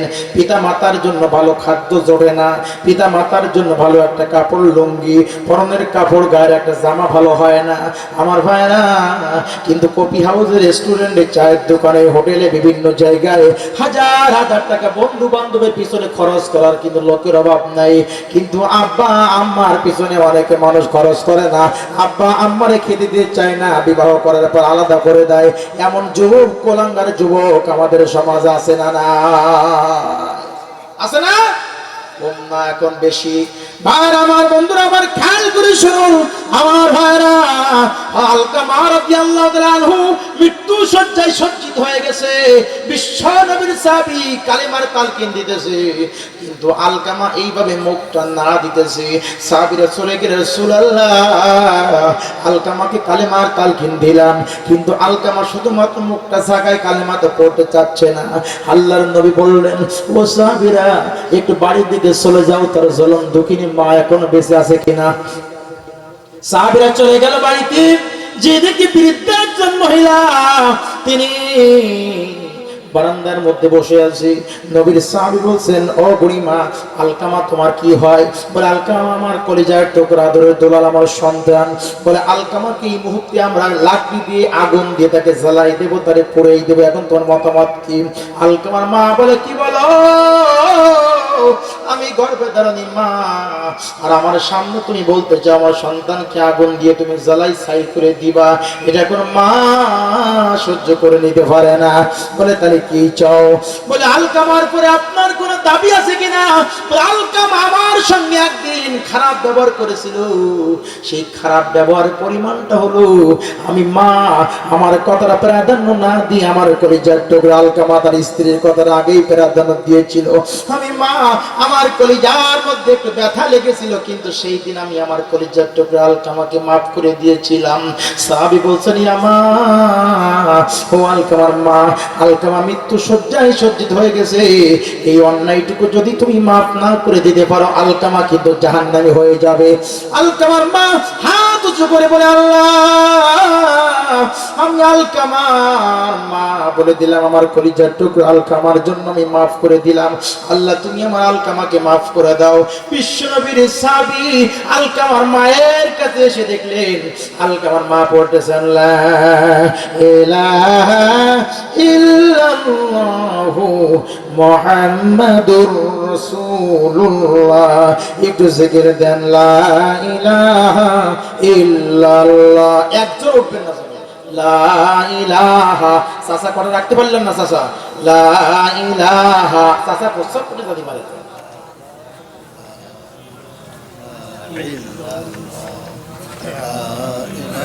কালমা লা ইলাহা ও লা ইলাহা। যখন তুমি ছোট্ট ছিলে, ডাকছিল না মুখে, গরম খাবার দিলেন আল্লাহ তোমার মায়ের বুকে রে, তোমার মায়ের বুকে, ঠিক না? ওই আল্লাহকে ডাকতে ডাকতে জীবন চলে যাক আমার, ওই আল্লাহকে ডাকতে ডাকতে জীবন চলে যাক আমার। আল্লাহকে ডাকরে বান্দা, আল্লাহকে ডাক। আমার ভাইয়েরা, আমার বন্ধুরা আমার, একটু আপনার কথাটা আমি স্মরণ করিয়ে দেই, আমার কথাটা আমি নিজে স্মরণ করি।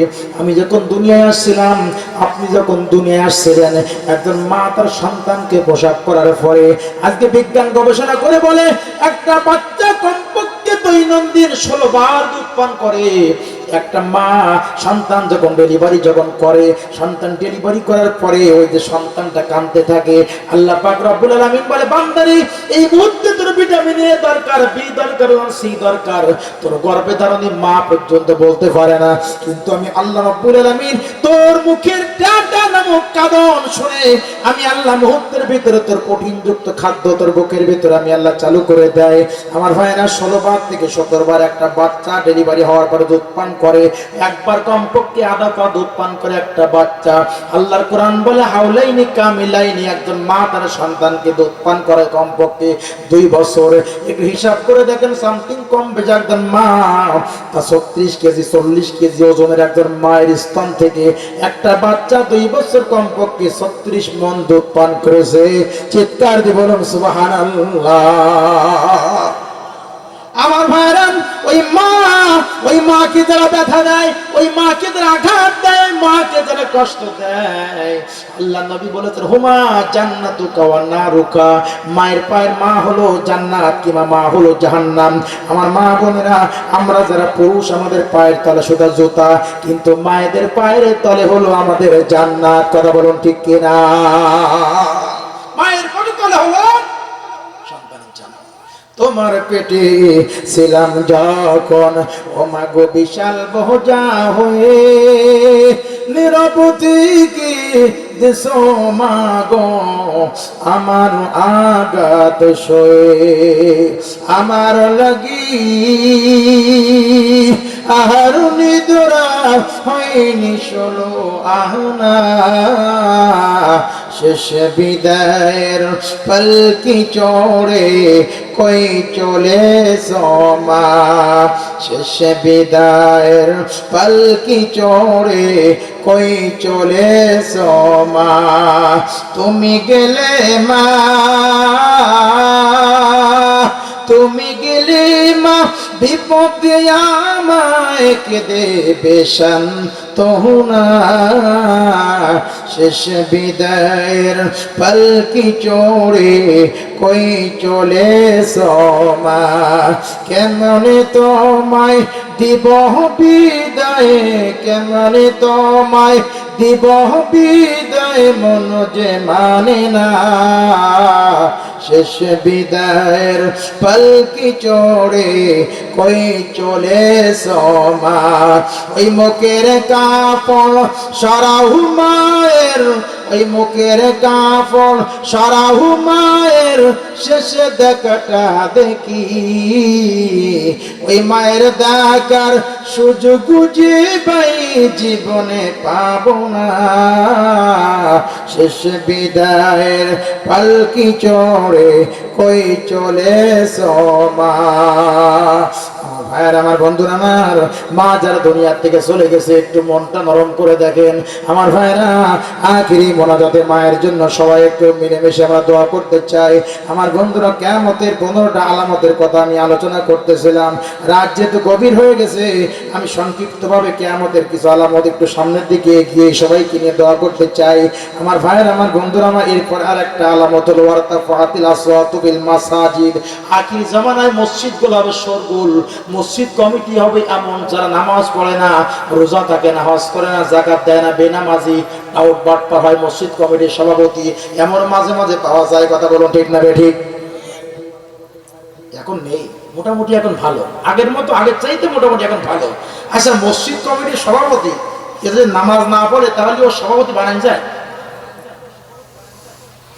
ভাই আমার বন্ধুরা আমার, 9 নম্বর আলামত নবী বলেন ওয়াকানা যাইমুল কওম আরজুলুহুম, নিকৃষ্ট চরিত্রের মানুষগুলো হবে সমাজের নেতা। নিকৃষ্ট মানুষগুলো কি হবে? এমপি হবে নিকৃষ্ট মানুষ। আপনি এমন লোকের ভোট দিয়েছেন যে লোকটা নামাজ পড়ে না, আর মিছিলে চলে যান আমার নেতার চরিত্র ফুলের মতো পবিত্র, খোঁজ নিয়ে দেখা যায় আমার নেতা নামাজ পড়ে না, এক ওয়াক্ত আছে না না। মানুষের চরিত্র কি ফুলের মতো পবিত্র হয়? আল্লাহ শুধু বিশ্বনবীর চরিত্রের সার্টিফিকেট দিয়েছে, ওয়া ইন্নাকা লাআলা খুলুকিন আযীম, ও নবীর নৈতিকতার শীর্ষে আমি তোমাকে সৃষ্টি করেছি। আমার ভাইরা, নবী বলে ওয়াকানা যাইমুল কওম আরজুলুহুম, নিকৃষ্ট চরিত্রের মানুষগুলো হবে সমাজের নেতা। চেয়ারম্যান হবে মদখোর, এমপি হবে মদখোর, এমন লোকের ভোট দেশের নিজেও নামাজ পড়ে না, আবার নামাজের বিরোধিতা করে, পর্দার বিরোধিতা করে, ইসলামী রাষ্ট্রের বিরোধিতা করে। আমার ভাইরা, 10 নম্বরে সে দেখেন আকরিমুর রাজুল মাকাপাতি শাররিহি, অনিষ্টার ভয়ে এই খারাপ চরিত্রের মানুষদেরকে মানুষ সম্মান করবে, সম্মান বাঁচানোর তাগিদে। তার মানে ওরে যদি আমি সম্মান না করি ও আমার ক্ষতি করবে, এরকম হবে কি হবে না? সালাম দা, আসসালামু আলাইকুম, কিন্তু আসলে সালাম যে দেবে মন থেকে দেয় না, সালাম আলাইকুম মানে তোমার মরণও। এখনো নেতা যদি জানতো ওরে আল্লাহ রে আল্লাহ আমার মৃত্যু কামনা করিস, তাহলে অ্যাকশন জায়গায় শুরু হইতো না, সালাম সালাম আলাইকুম শালো তুই মর। তার মানে আসসালামু আলাইকুম ওয়া রাহমাতুল্লাহ, আপনার উপর আল্লাহ শান্তি রহমত বর্ষিত হোক, সালাম আলাইকুম, তোর মরণ হোক, ওয়ালাইকা, আমিও না তুইও মর। প্রিয় ভাইরা, সমাজের এই অবস্থা, নেতৃত্ব যদি ভালো মানুষের কাছে না যায় তাহলে ভালো কিছু আশা করা যায় না। কথা বলো ঠিক কিনা? প্রিয় ভাইরা, আজকে আপনি এমন মানুষের নেতৃত্ব দেওয়ার সুযোগ করে দিয়েছেন যে মানুষটি ত্রাণের টিনও চুরি করে খাবে, গম চুরি করে খাবে, ইয়াতিমের টাকা চুরি করে খাবে, এরপরে রাষ্ট্রের আমানত চুরি করে খাবে। খবরদার, জানা মতে দেখা দৃষ্টিতে খারাপ চরিত্রের মানুষের পক্ষে সমর্থন করাও গুনাহ কবিরা। কথা বলুন ঠিক কিনা? আমি আজকে ওদিকে যাইনি,